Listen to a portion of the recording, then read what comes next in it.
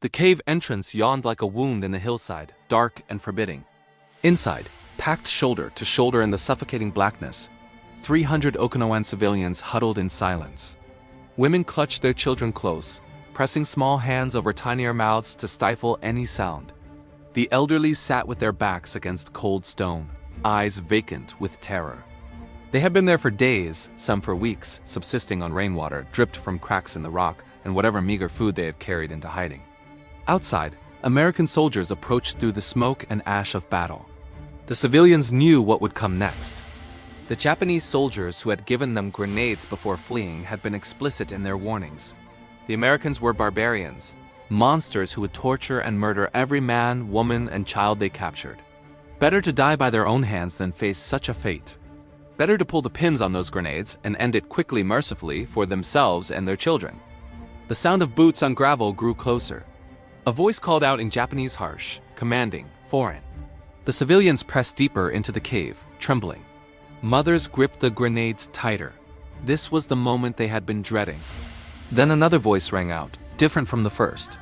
It spoke not in the clipped, formal Japanese of the mainland, but in the warm, rolling cadence of the Okinawan dialect Uchinaguchi, the language of their childhood, their grandparents, their villages. "Nuchidu Takara," the voice called. "Life is a treasure. Come out. You are safe. I am one of you." The civilians froze, confused. An Okinawan with the American soldiers? Impossible. And yet the accent was unmistakable, the words too perfect to be a trick. "My name is Takejiro Higa," the voice continued in Uchinaguchi. "I grew up in Shimabuku village. I know your land. I know your customs. I have come home." Slowly, uncertainly, the first figure moved toward the light. On August 31, 1923, in the sugarcane fields of Waipahu, Hawaii, Takejiro Higa was born into a world suspended between two cultures. His father, Takeo Higa, operated a modest family store serving the plantation workers who had journeyed from Okinawa to Hawaii in search of a better life. The Higa family embodied the immigrant dream, American by birth, Okinawan by heritage, straddling the Pacific with one foot planted firmly on each shore. When Takejiro was just 2 years old, his mother, Ushi, made a decision that would shape the course of his life in ways no one could have imagined. She took Takejiro, his older brother Warren, and their sister Yuriko across the Pacific to Okinawa to meet their grandparents. It was meant to be a visit, a chance for the children to know their roots, to understand where they came from. But life, as it often does, had other plans. Takejiro's mother fell ill with pleurisy, a painful inflammation of the lungs that made travel impossible. His father returned to Hawaii with Warren and Yuriko to tend to the family store, but Takejiro, small, young, clinging to his mother, remained behind in Okinawa. The separation was supposed to be temporary. It would last 14 years.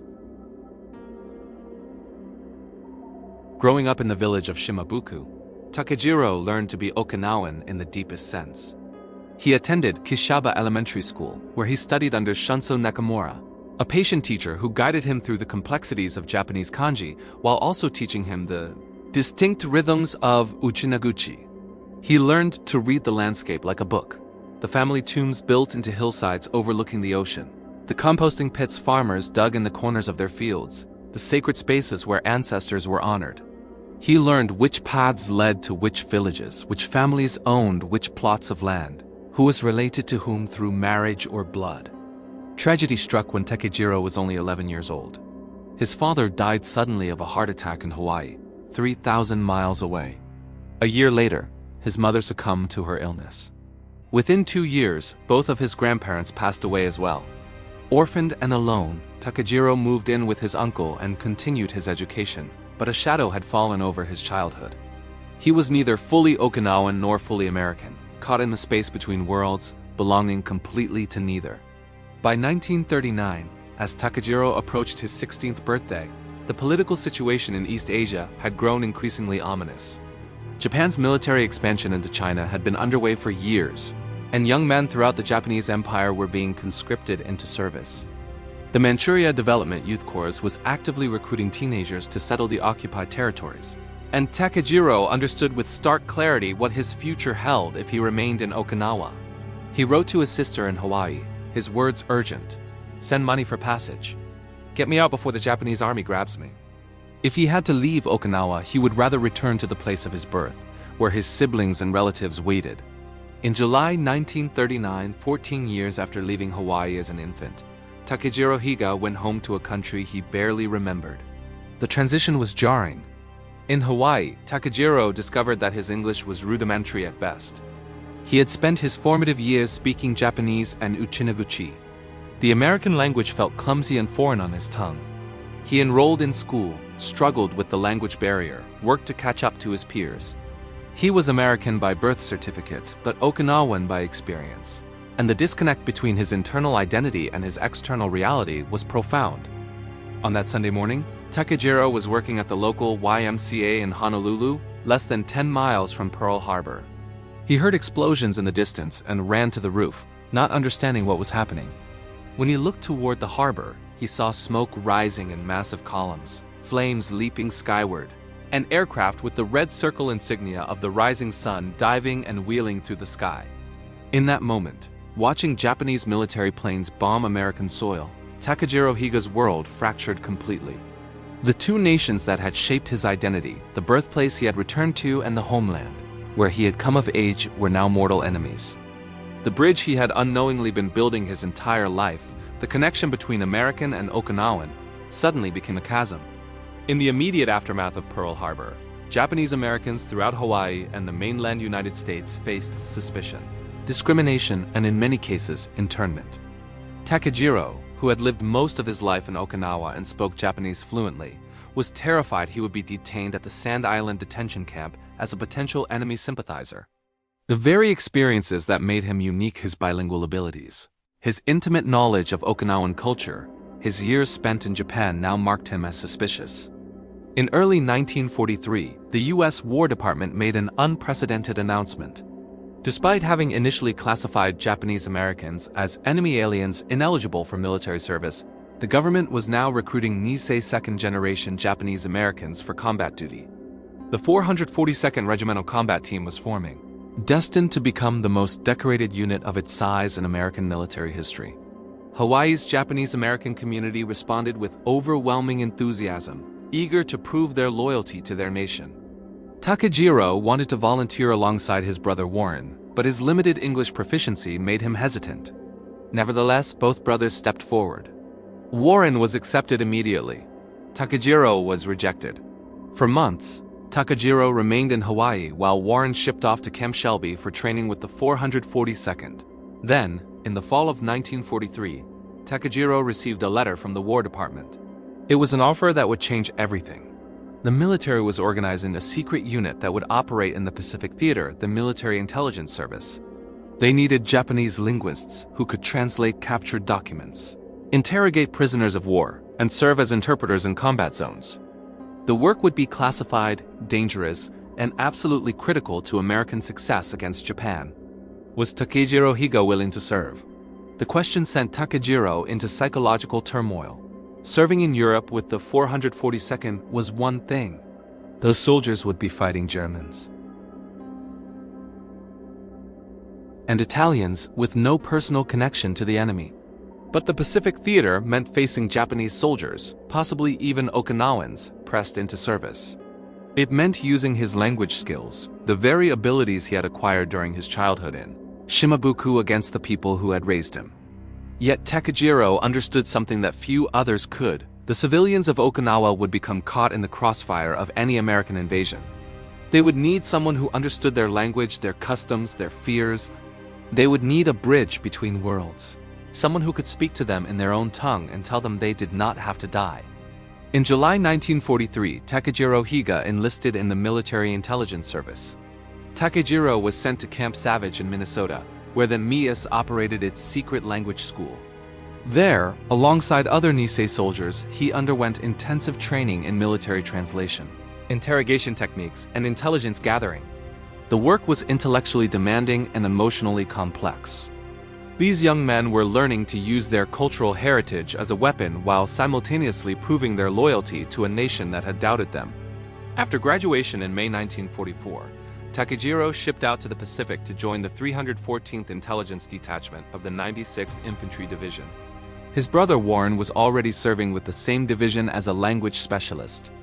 The Higa brothers were together again, this time in uniform, sailing west toward the war that had begun for them on that December morning in 1941. Their first combat came in October 1944 during the Battle of Leyte in the Philippines. There, Takejiro experienced the reality of war, the chaos, the violence, the desperate intensity of men trying to kill each other across a landscape of mud and blood. He learned what it meant to translate captured documents while artillery shells exploded nearby, to interrogate prisoners who expected to be executed, to use his voice as a tool to extract information that might save American lives. But nothing in his training or his experience in the Philippines could have prepared him for what came next. In late November 1944, Takejiro received an urgent summons to report to the 24th Army Corps Headquarters, G2 Photo Interpreters Section.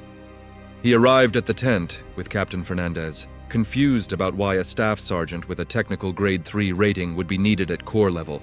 The moment he entered the tent, Takejiro felt his hair stand on end. Cold sweat broke out across his body. In the center of the command tent hung a massive blown-up map of the southern half of Okinawa. His first thought was immediate and visceral. My God, next invasion is Okinawa. The photo interpretation officer, unaware of Takejiro's internal crisis, pulled out large aerial photographs. "Sergeant Higa," he said, "we need your expertise. What can you tell us about these structures?" The first photograph showed the village of Shimabuku. Takejiro recognized it instantly. Every street, every building, every familiar landmark of his childhood. He could see his grandparents' home, remarkably undamaged in the aerial image. He could trace the paths he had walked to school, the fields where he had played as a boy. The second photograph showed turtle-back-shaped concrete structures scattered across the landscape. "We believe these are fortifications," the officer said. "Possibly pillboxes or bunkers for machine gun nests." Takejiro shook his head, his voice steadier than he felt. "Those are not fortifications, they are family tombs. Okinawans believe their burial tomb is their permanent home, so they build them on hillsides with good views, overlooking the ocean." The officer leaned forward, suddenly attentive. "Go on." "And these crater-like holes in the corners of the fields that you've marked as potential machine gun nests, they are composting pits. Farmers use them to prepare fertilizer, not military installations." For the next several months, Takejiro worked in the photo interpreters section, using his intimate knowledge of Okinawan geography, culture, and customs to help American forces prepare for the invasion. He was sworn to absolute secrecy. When he returned to division headquarters, even his brother Warren could not pry information from him. "Don't ask me," Takejiro told him. "I've been told not to say anything." What Takejiro didn't know was that Warren had already informally volunteered his younger brother his expertise to the division brass, recognizing that Takejiro's unique background would be invaluable in any Okinawa operation. As the massive invasion fleet Operation Iceberg assembled and sailed north toward Okinawa, Takejiro lay awake at night in his bunk, unable to sleep. He thought about his uncle, his cousins, his schoolmates, his neighbors, his teacher Nakamura-sensei. He wondered how many would still be alive when the battle ended. He wondered if he would be able to save any of them. He wondered if his presence with the American forces made him a traitor or a guardian angel. On the deck of the transport ship, as the outline of Okinawa emerged from the morning mist on April 1, 1945, Takejiro Higa understood that he was about to return home to a place that would never be home again. April 1st, 1945, Easter Sunday. The date was deliberately chosen by American planners, though its religious significance was lost on neither side. More than 60,000 soldiers and Marines of the U.S. 10th Army prepared to storm ashore at Okinawa in what would become the largest amphibious assault in the Pacific Theater. The Fifth Fleet had spent days bombarding the coastline, turning the beaches into a moonscape of craters and shattered coral. Planners expected the landing to be a bloodbath worse than D-Day at Normandy. As Takejiro Higa climbed down the cargo nets into the landing craft with the advance unit of the 96th Division headquarters, his hands trembled. Around him, American soldiers checked their weapons. adjusted their helmets, tried to mask their fear with grim jokes and nervous laughter. The landing craft churned through the waves toward the beach at Chaitan, motors roaring, spray soaking everyone aboard. The landing craft hit the beach. The ramp dropped. Men surged forward, weapons ready, expecting a wall of machine gun fire. Nothing happened. The beach was empty. No Japanese soldiers, no artillery fire, no desperate resistance. The expected mass of awaiting enemy troops simply wasn't there. It was surreal, eerie, wrong in a way that made experienced soldiers more nervous, not less. Takejiro stumbled ashore with the others, his carbine in his hands, his eyes scanning the landscape. All around him, farm buildings were ablaze. Dead water buffalo and pigs littered the fields, their bodies bloated and rotting in the spring heat. The smell of death and smoke hung heavy in the air. As the unit pressed inland toward higher ground, Takejiro noticed movement in a small dugout. Instinctively, he trained his carbine on the opening and shouted in Japanese, "Asterisk deep koi!" Asterisk, come out. No response. He switched to Uchinaguchi, the Okinawan dialect. Asterisk deep koi. Asterisk still nothing. Takejiro's finger tightened on the trigger.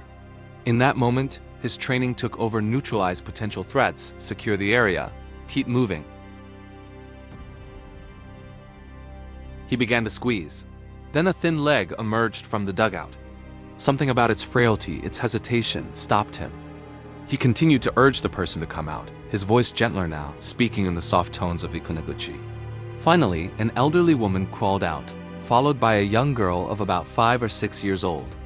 They were filthy, emaciated, trembling with fear.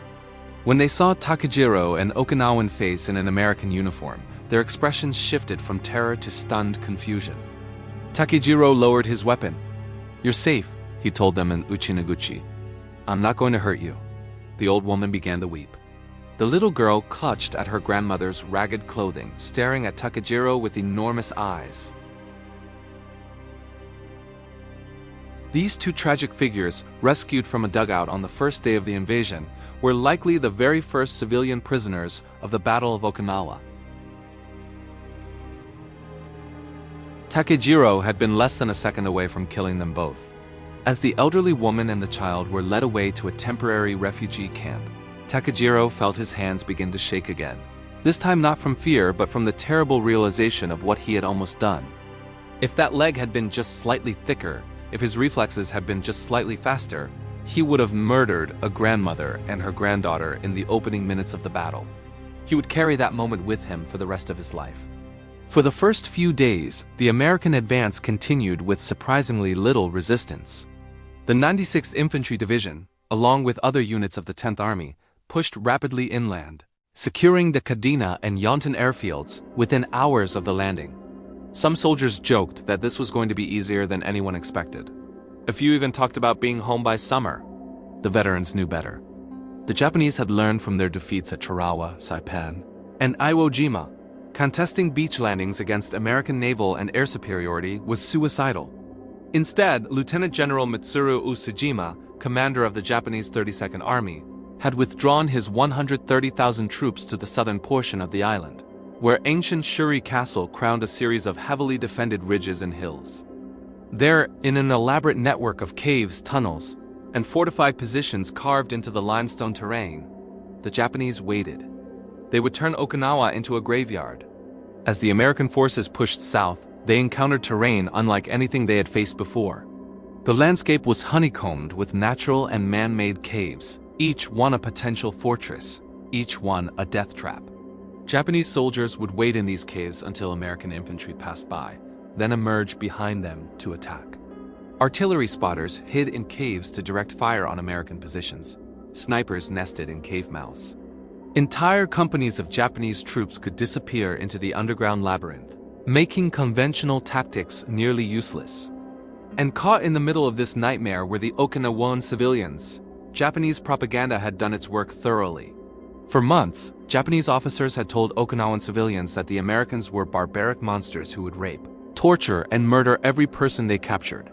The Americans would cut off women's breasts, bayonet children for sport, and desecrate the sacred family tombs. Better to die with honor than face such atrocities. To ensure that surrender was not an option, Japanese soldiers distributed hand grenades to civilians before withdrawing to their defensive positions. The instructions were explicit: when the Americans come, kill yourselves. Kill your children first so they don't have to suffer. Then kill yourselves. The grenades were not weapons of resistance. They were tools of mass suicide. They rationed whatever food they had managed to carry with them, drank rainwater that dripped from cracks in the limestone, and waited in darkness for the Americans to arrive. The Japanese soldiers had told them that death was preferable to capture, and so they prepared to die. His unique combination of skills fluent in both Japanese and Uchinaguchi, intimately familiar with Okinawan customs and geography, and carrying an American military identification card made him irreplaceable. His duties were varied and constant. He interrogated captured Japanese soldiers and Okinawan conscripts, many of whom had been pressed into service by the Imperial Army against their will. He translated captured documents, including strategic maps, unit rosters, and personal diaries that provided crucial intelligence about Japanese troop strength and positions. He worked with American engineers to identify which structures were legitimate military targets and which were civilian buildings or sacred sites. But his most important work, the work that would define his legacy, was what the military intelligence service called cave flushing. The procedure was simple in theory, nightmarish in practice. If there was any doubt, they would call for a Nisei linguist. The linguist would approach the cave often while under potential fire from hidden positions and attempt to convince whoever was inside to surrender peacefully. If negotiation failed, American forces would seal the cave entrance with explosives or flamethrowers, entombing everyone inside. Takejiro understood the stakes every time he approached a cave. He was asking them to gamble their lives and the lives of their children on the word of a stranger in an enemy uniform. And he was asking them to do it while they held grenades in their hands, pins half pulled, ready to detonate. As American forces pushed deeper into southern Okinawa, they established temporary refugee camps to house the growing number of civilian prisoners. These camps were surrounded by barbed wire, guarded by military police, and filled with hundreds of confused, traumatized Okinawans who had just survived one of the most brutal military campaigns in human history. But not everyone in these camps was a civilian. Japanese soldiers, recognizing that their defensive lines were collapsing and that death or capture was inevitable, began disguising themselves in civilian clothing to avoid identification. Some hoped to blend in with the refugees and eventually escape. Others planned to sabotage American operations from within the camps. A few simply wanted to survive, having abandoned the Bushido code that demanded they die rather than surrender. The military police were suspicious of any man who seemed too disciplined, too military in bearing, or too evasive when questioned. When they identified a potential imposter, they would call for an interrogator. Takejiro was frequently summoned to these camps. His interrogation technique was deceptively simple. He would engage suspects in conversation, asking seemingly innocuous questions about which village they were from, what their families did for a living, where specific landmarks were located. An Okinawan civilian would answer these questions naturally, using local references and Uchinaguchi phrases.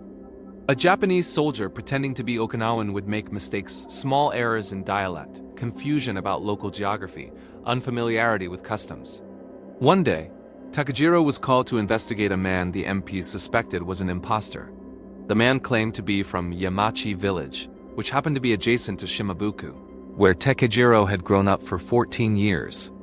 Takejiro began his interrogation in Uchinaguchi. "So you're from Yamachi?" "Yes," the man replied in stilted Japanese. "That's interesting," Takejiro continued in Uchinaguchi. "Because I grew up in Shimabuku, the next village over. I know Yamachi like the back of my hand." The man's face went pale. "You see," Takejiro said, his voice calm but his eyes hard, "you just answered me in Japanese. But I've been asking my questions in Okinawan lingo. If you were really from Yamachi, you would have answered in Uchinaguchi without even thinking about it. And you would know exactly where you claim to be from." The man's shoulders sagged. "Asterisk Shimada asterisk," he muttered. "Damn, I met the wrong guy." He confessed immediately. He was a full colonel in the Japanese army, attempting to hide among the civilians. Takejiro didn't bother asking military questions. He knew the man would lie. Instead, he simply turned him over to the MPs and moved on to the next interrogation, the next cave, the next group of terrified people hiding in the darkness. The days blurred together in a continuous cycle of violence and rescue, death and salvation. Then came the day that would break Takejiro's heart and simultaneously give him hope. He was called to another refugee camp to interrogate a suspected imposter.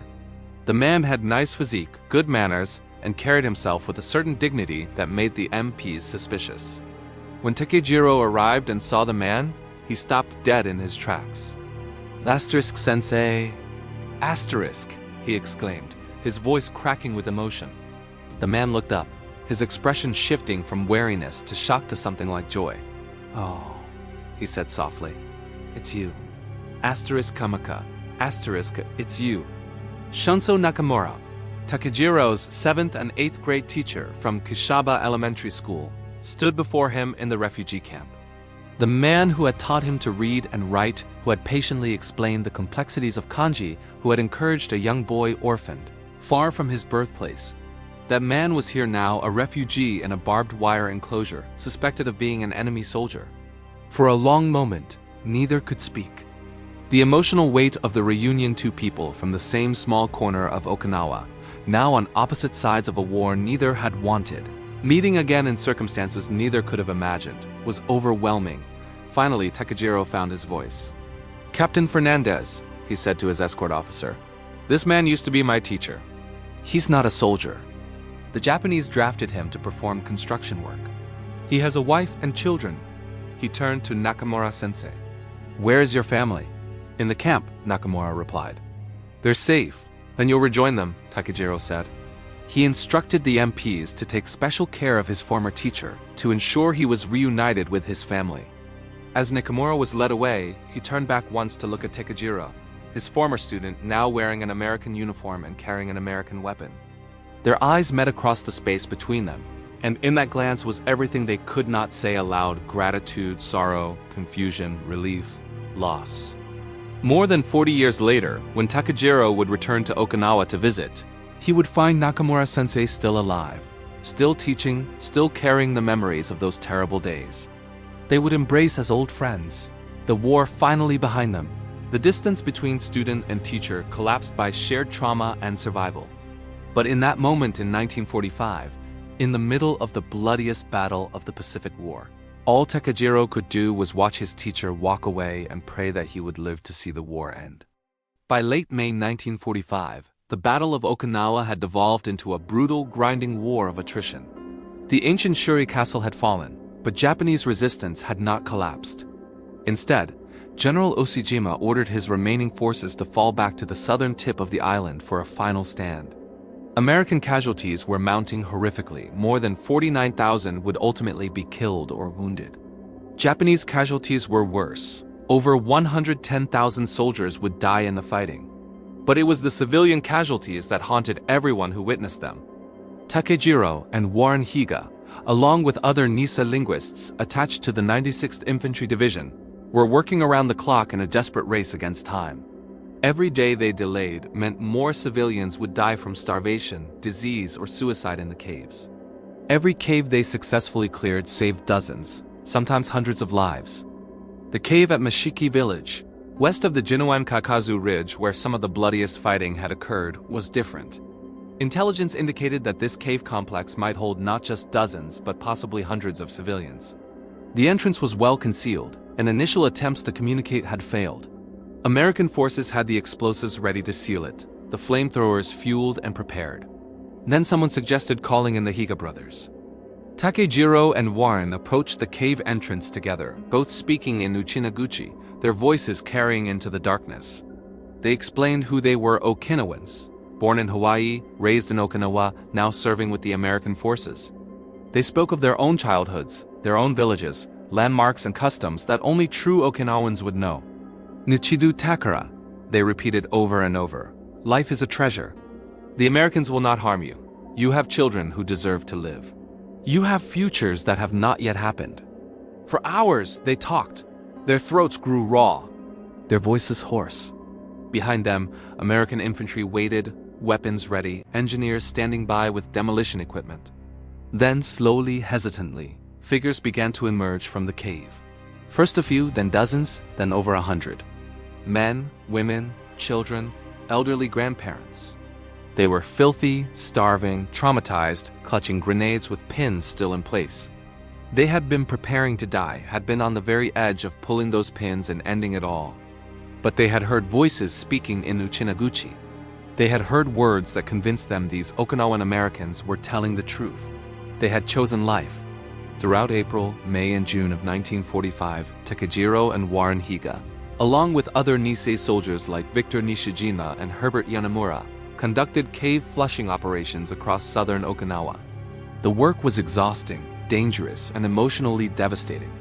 Each cave was its own horror story, its own collection of traumatized human beings teetering on the edge of death. Victor Nishijima, a veteran of the Guam operation and a volunteer from the Tule Lake internment camp, described one mission where he spent hours, coaxing approximately 150 civilians out of family tombs where they had been hiding. The Japanese military had distributed grenades and told the civilians to use them when the Americans arrived. Nishijima, speaking in Japanese and Uchinaguchi, had to convince them that they would not be tortured, that their children would be safe, that the grenades were not their only option. "You'd better come out," he called into the darkness, "or they're gonna blast you, gonna seal you up in there." It worked. The civilians emerged, blinking in the sunlight, carrying their children, helping their elderly. 150 lives saved because one Nisei soldier was willing to stand in front of a cave and use his voice instead of his weapon. Herbert Yanamura, another Nisei linguist, spent 3 hours with a loudspeaker outside a cave where villagers were hiding. 3 hours of talking, explaining, pleading. At the end of those 3 hours, approximately 1,500 Okinawans emerged peacefully. Just a few days after the Easter Sunday landing, an unidentified Nisei soldier saved 250 Okinawans who had been hiding in tombs. Sergeant Vic Nishijima saved 150 civilians from caves on Aishima after that island was secured. And Takejiro and Warren Higa, using their intimate knowledge of Okinawan culture, language, and geography, saved more than 30,000 Okinawans by convincing them to come out from hiding in caves and family mausoleums. 30,000 human beings who had been preparing to die chose instead to live because two brothers from Hawaii spoke to them in a language that reminded them of home.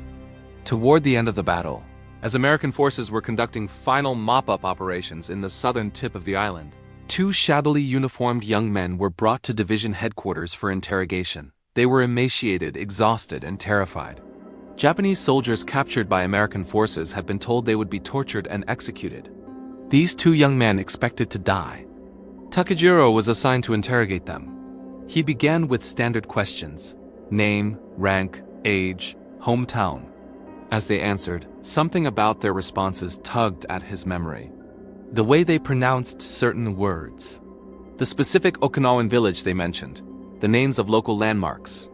He began asking more specific questions. Did they know Nakamura-sensei, the teacher at Kishaba Elementary School? Did they remember a student named Takejiro Higa from Shimabuku village? The two prisoners said yes, they had known someone by that name, but he had gone to Hawaii long ago. They didn't know what had become of him. If they saw him now, they weren't sure they would recognize him. Takejiro felt tears burning in his eyes. He leaned forward and spoke in Uchinaguchi, his voice breaking. Asterisk, Bakayaro asterisk, God damn it, don't you recognize your own classmate? The two men looked up, shock registering on their faces. They stared at Takejiro for a long moment, processing the impossible reality that their former classmate was sitting across from them in an American uniform, speaking their language, conducting their interrogation. Then they began to cry. Why are you crying? Takejiro asked. We're crying for joy, one of them said through his tears. We thought after we answered your questions that we would be executed. We thought we were no longer useful. But now, knowing that our own classmate is on the other side, we believe our lives will be saved. That's why we're crying, because we're happy. Takejiro couldn't restrain his emotions any longer. The three men grabbed each other's shoulders and wept together for the childhood they had shared, for the war that had separated them, for the miracle of their survival, for the classmates and friends who would never have this reunion because they were dead. Later, recounting this moment decades afterward, Takejiro would say he still got chicken skin goosebumps whenever he remembered it. The reunion with his two classmates represented everything his mission had been about: finding the human connection beneath the uniform, using language as a bridge instead of a weapon, saving lives instead of taking them. On June 22, 1945, Lieutenant General Mitsuru Oshijima and his Chief of Staff, Lieutenant General Isamu Cho, committed ritual suicide in a cave near the southern tip of Okinawa, effectively ending organized Japanese resistance. The Battle of Okinawa was over, but the dying continued for days as isolated pockets of Japanese soldiers fought to the death or killed themselves rather than surrender. The final toll was staggering: more than 12,500 Americans killed and 49,000 total casualties, the highest American losses in any Pacific campaign. Over 110,000 Japanese soldiers dead, with another 7,400 captured. And the Okinawan civilians paid the heaviest price of all: somewhere between 40,000 and 150,000 deaths, a figure so large and so imprecise that it defied comprehension. But because of Takejiro Higa, Warren Higa, and the other Nisei linguists of the Military Intelligence Service, more than 30,000 Okinawan civilians who had been moments away from suicide instead chose life. 30,000 people who would go on to rebuild their villages, raise children, live full lives, all because someone spoke to them in Uchinaguchi and convinced them that survival was possible. 30,000 people who would never know the names of all the Americans who saved them, but who would pass down stories to their children and grandchildren about the Nisei soldiers who came home to save them. When the Battle of Okinawa ended, the work of the Military Intelligence Service was far from over.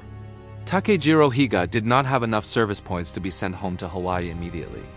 Instead, he was deployed to Korea as part of the occupation forces, where he continued his work as an interpreter and translator. The war was over, but the task of managing defeated Japanese forces, repatriating prisoners, and establishing order in former Japanese-controlled territories would take months. More significantly, Takejiro was bound by military classification to remain silent about the specifics of his work. The operations of the MIS were considered top secret, and Nisei soldiers were forbidden from discussing their wartime experiences publicly.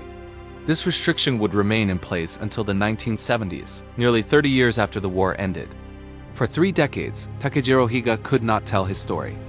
He could not explain to his community what he had done, could not share the emotional weight of his experiences, could not receive recognition for saving tens of thousands of lives. He returned to Hawaii, finished high school, and became a butcher. Later, he worked as an agent for the Internal Revenue Service. He married, raised children, participated in civic and cultural organizations. He lived a quiet, ordinary life, but inside he carried the memories of those caves. The faces of children holding grenades, the voices of his classmates crying with relief, the weight of the decisions he had made, the lives he had saved and the lives he could not save. It wasn't until the 1970s, when the Military Intelligence Service's classification was finally lifted, that the story of the Nisei linguists began to emerge. Historians started piecing together the extraordinary contributions. These soldiers had made translating captured documents that revealed enemy positions, interrogating prisoners whose information saved American lives, convincing civilians to surrender peacefully.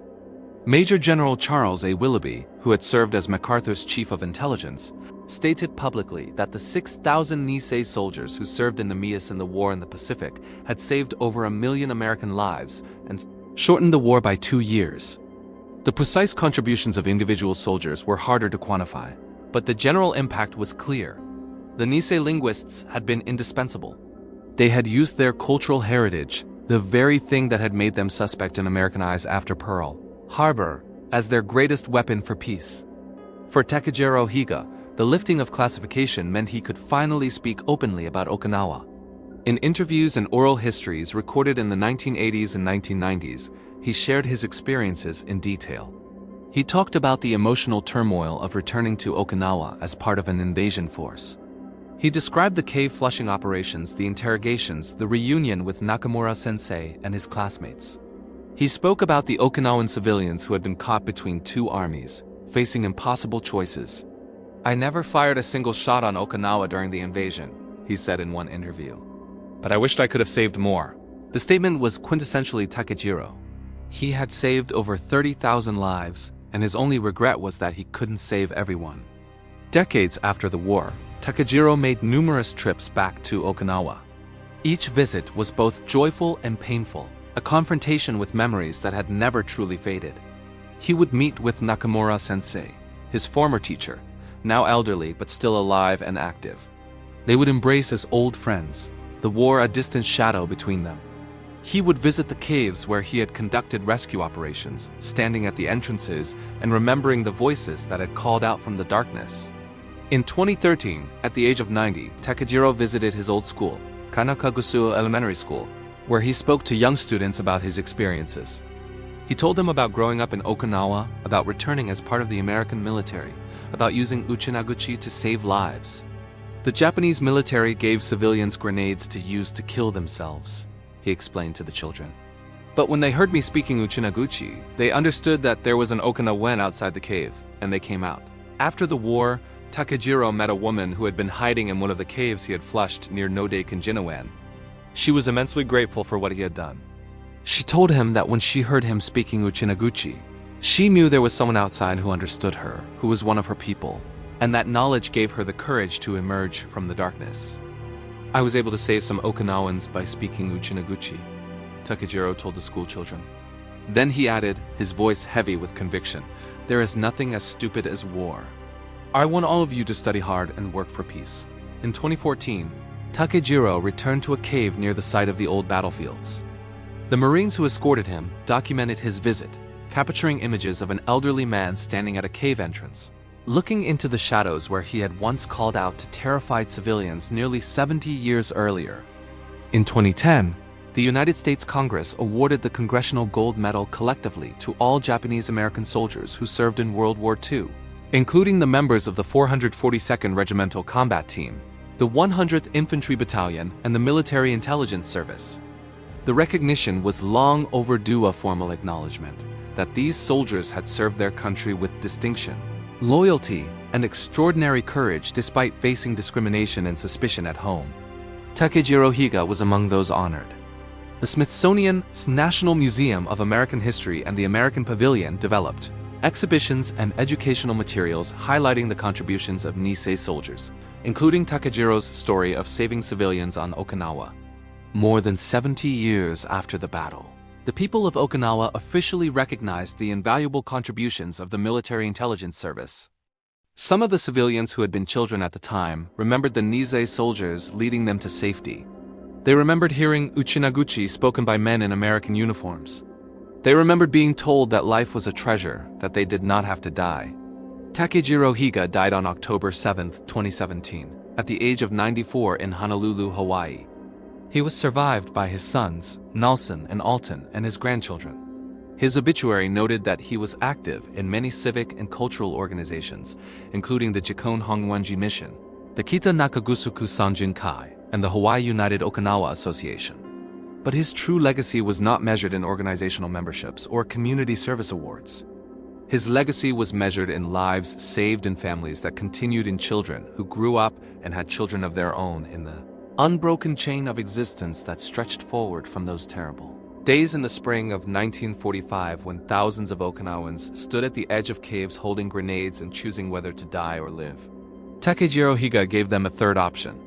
He gave them a voice speaking in Uchinaguchi, telling them that survival was not shameful, that the Americans were not monsters, that their children deserved futures. He gave them hope when they had been told there was none. And more than 30,000 people chose to believe him. The story of Takejiro and Warren Higa is remarkable, but it is not unique. Throughout the Pacific Theater, Nisei linguists performed similar acts of courage and compassion.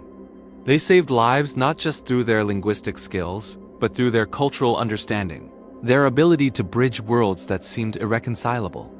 They worked in the Philippines, translating captured documents that revealed Japanese defensive positions. They served in Burma, interrogating prisoners whose information saved Allied lives. They operated in New Guinea, Guam, Saipan, Iwo Jima, and dozens of other battlefields, always in danger, always valuable, always aware that they were proving something about loyalty and sacrifice that should never have needed proving. After the Japanese surrender on September 2, 1945, thousands of Nisei linguists remained in Japan as part of the occupation forces. They helped establish democratic institutions, rebuild governmental systems, and restore relations between the United States and Japan. They served as interpreters during war crimes trials. They assisted in repatriating Japanese soldiers from throughout Asia. Their work continued until 1952 and even beyond. Some Nisei remained in Japan for decades, becoming permanent bridges between the two nations that had once been at war. They married Japanese citizens, raised bilingual children, built businesses that connected East and West. The contribution of the Japanese-American soldiers, both the combat veterans of the 442nd and 100th, and the intelligence specialists of the Mename changed how America viewed its own citizens of Japanese descent.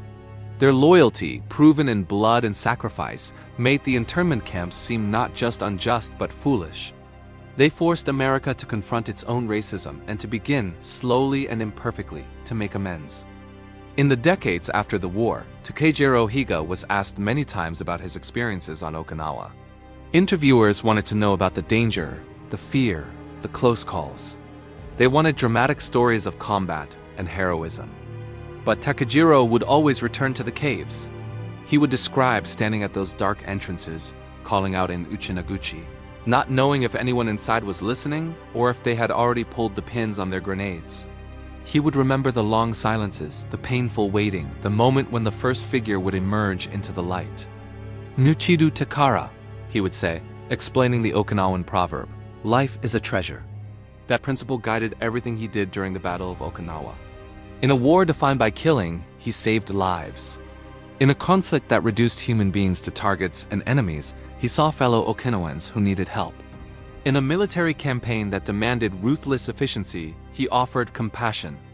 The true measure of Takejiro Higa's heroism is not found in enemy casualties or strategic victories.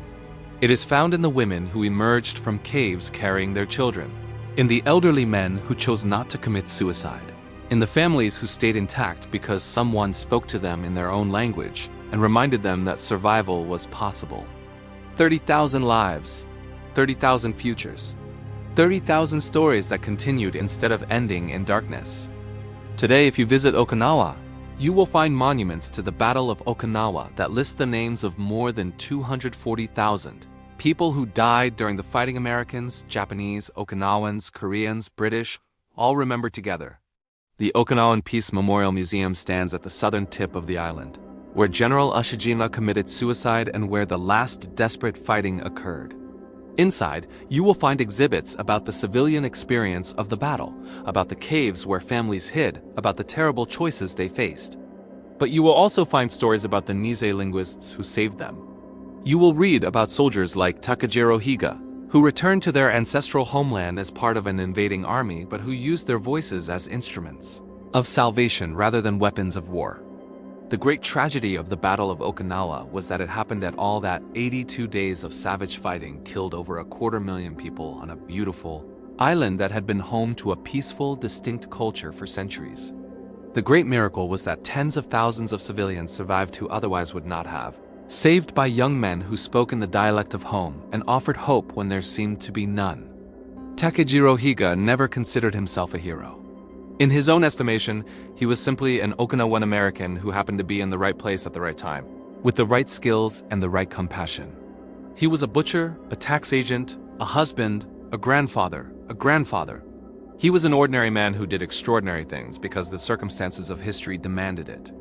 But to the 30,000 Okinawans who heard his voice calling from outside the caves, to the families who emerged into the light instead of ending their lives in darkness, to the children who grew up and the grandchildren who were born and the future generations who exist because of the choices their ancestors made in those terrible spring days of 1945, Takejiro Higa was something more than ordinary. He was the voice that said, "You do not have to die." He was the reminder that even in the midst of humanity's worst impulses, war, hatred, fear, there is room for compassion, understanding and mercy. Life is a treasure. And Takejiro Higa saved 30,000 of them.